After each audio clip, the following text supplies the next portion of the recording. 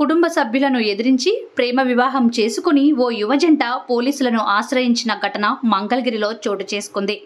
ఎన్టీఆర్ జిల్లా కొండపల్లికి చెందిన స్వర్గం వెంకట శ్రీనివాస్ అదే ప్రాంతంలో నివాసం ఉంటున్న రోష్మి గత కొద్ది కాలంగా ప్రేమించుకుంటున్నారు.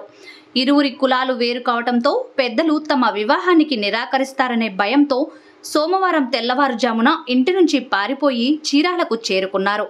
అనంతరం సోమవారం మధ్యాహ్నం చీరాలలో ప్రేమ వివాహం చేసుకుని తమకు పెద్దల నుండి ప్రాణహాని ఉందంటూ రక్షణ కోసం మంగళగిరి పట్టణ పోలీసులను ఆశ్రయించారు.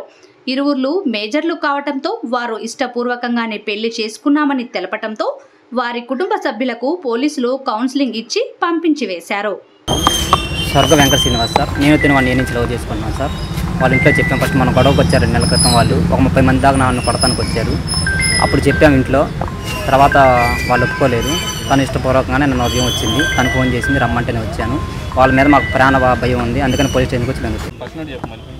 నా పేరు రోష్మి, నేను కొండపల్లిలో ఉంటాను. తను కొండపల్లిలోనే ఉన్నారు. మేమిద్దరం పెళ్లి చేసుకోవాలనుకున్నాము. మా ఇంట్లో వాళ్ళు ఒప్పుకోలేదు.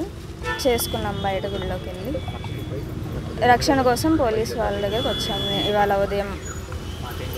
మాకేం జరిగినా వాళ్ళదే బాధ, మా కుటుంబ సభ్యులు.